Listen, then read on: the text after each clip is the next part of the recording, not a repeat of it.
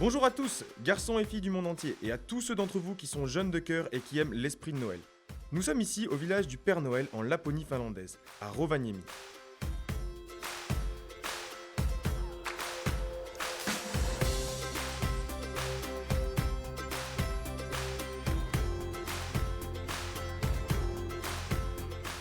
Rovaniemi est la ville du Père Noël. C'est un bel endroit, en pleine nature, avec ses lacs, ses rivières, ses forêts.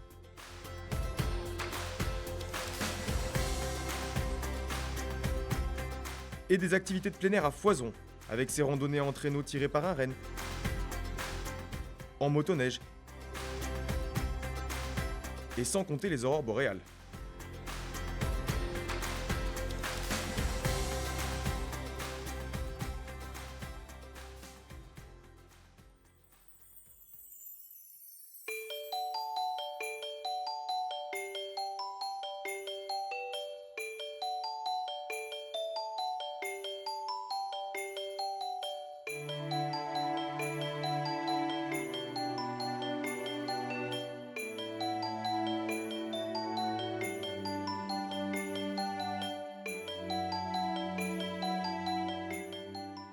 Nous sommes sur le cercle polaire arctique, c'est le parallèle au-delà duquel en hiver, au moins un jour le soleil ne se lève pas, et en été, au moins un jour sera sans nuit.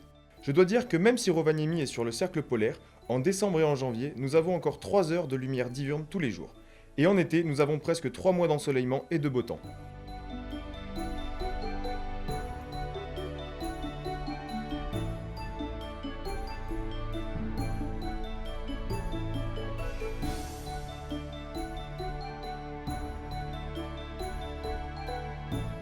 C'est un endroit très important pour le Père Noël, car ici, il peut se faire une idée de jusqu'où il doit livrer tous ses cadeaux. Il y a beaucoup d'endroits qui n'apparaissent pas ici, mais croyez-moi, il est allé partout dans le monde. Et parmi les endroits qu'il affectionne, on trouve la France et d'autres pays francophones.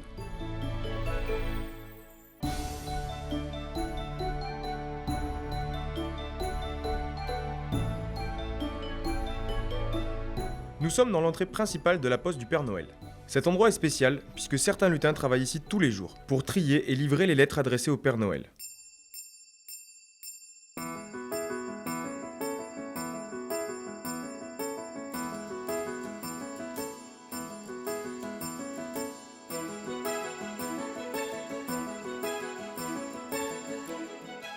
Nous sommes à l'intérieur de la poste centrale du Père Noël.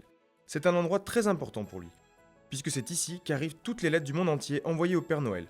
Plus tard, nous verrons quel pays envoie le plus de lettres au Père Noël.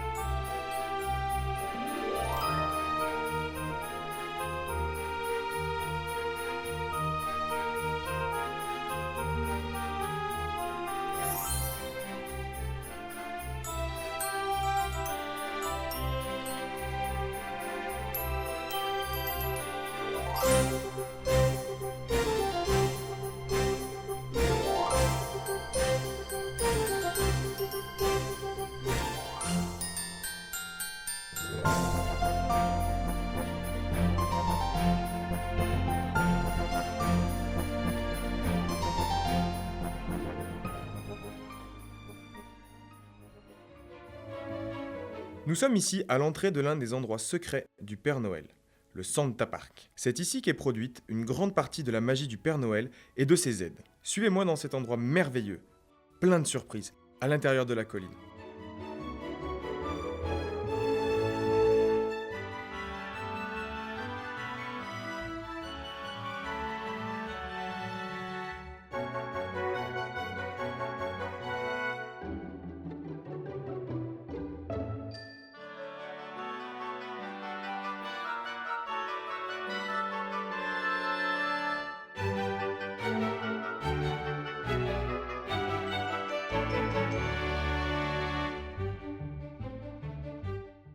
S'il y a bien quelque chose que les lutins aiment, c'est les spéculoos. Même s'ils se mangent normalement à Noël, les lutins peuvent en manger ici quand ils veulent.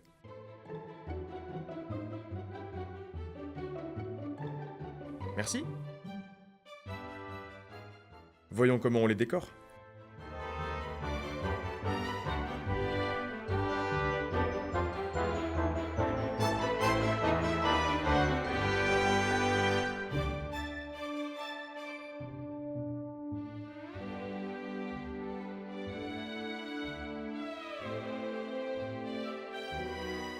Je suis sûr que tu te dis « j'aimerais bien être un lutin ». Oui, mais pas si simple. Comme pour tout, dans la vie, il faut du zèle et assister aux cours. Et oui, même les lutins vont à l'école.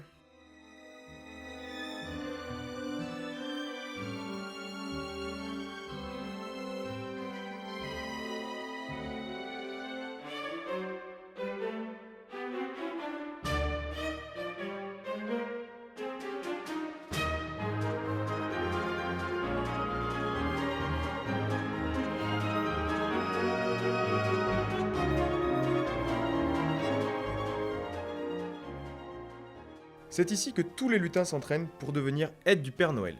L'apprentissage prend son temps. Le Père Noël en personne enseigne tout ce qu'ils doivent savoir pour devenir d'excellents lutins et de meilleurs assistants. Ils apprennent la géographie et tous les chemins que le Père Noël emprunte pour livrer les cadeaux. Les langues, très important pour communiquer avec les familles, et bien sûr à se cacher pour qu'on ne les découvre pas. Et maintenant, je vous propose d'aller rencontrer le Père Noël dans son bureau au village du Père Noël.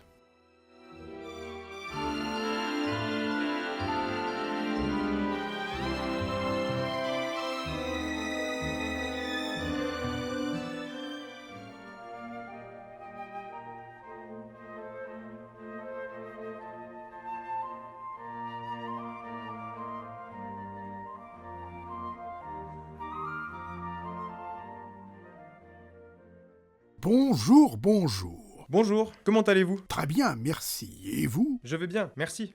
Père Noël, nous sommes dans votre bureau sur le cercle polaire arctique. Les enfants vous appellent comment ici en Finlande? Joulupukki. Les enfants finlandais et les adultes m'appellent Joulupukki. Comment sont vos journées de travail au bureau? Oh, mes journées. Beaucoup de gens, beaucoup de nationalités, beaucoup de cultures et beaucoup d'âges différents. Le mois dernier, mon plus jeune visiteur avait 2 semaines et le plus âgé était un centenaire. Toutes ces charmantes personnes me tiennent fort occupé.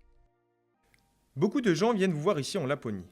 Mais ils viennent d'où? Recevez-vous par exemple beaucoup de visiteurs de pays qui parlent français? Nous avons des visiteurs du monde entier. Beaucoup de médias viennent ici.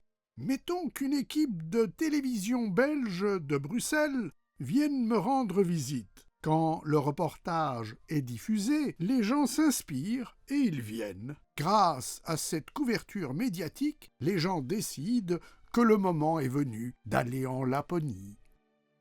Quand peut-on vous rendre visite dans votre bureau? Les gens viennent me voir ici tous les jours. La durée de ma permanence chaque jour dépend de la période de l'année. Les enfants s'interrogent souvent sur votre âge. Vous avez quel âge? Un soir, j'étais auprès de ma grande cheminée avec ma vieille chaise à bascule. J'étais assis comme ça, et il m'est venu à l'idée de calculer mon âge. J'ai commencé à compter le nombre de Noël dont je me souvenais. Tu sais ce qui m'est arrivé? J'ai compté jusqu'à 361, 362 et... Je me suis endormi en arrivant à 363. Père Noël, vos rennes sont super. Combien en avez-vous? Difficile à dire, parce qu'ils n'arrêtent pas d'aller de bas en haut et de haut en bas. Je dirais que presque autant que d'étoiles dans le ciel. Enfin, j'ai une dernière question à vous poser. Qu'auriez-vous à dire à tous les gens du monde entier qui voudraient vous rendre visite en Laponie? Tous sont les bienvenus, quelle que soit la route empruntée pour venir ici. Père Noël, merci beaucoup de nous avoir reçus chez vous sur le cercle polaire arctique. Nous vous disons au revoir et merci encore. Merci à vous, je vous souhaite bonne continuation et n'oubliez pas d'être sage.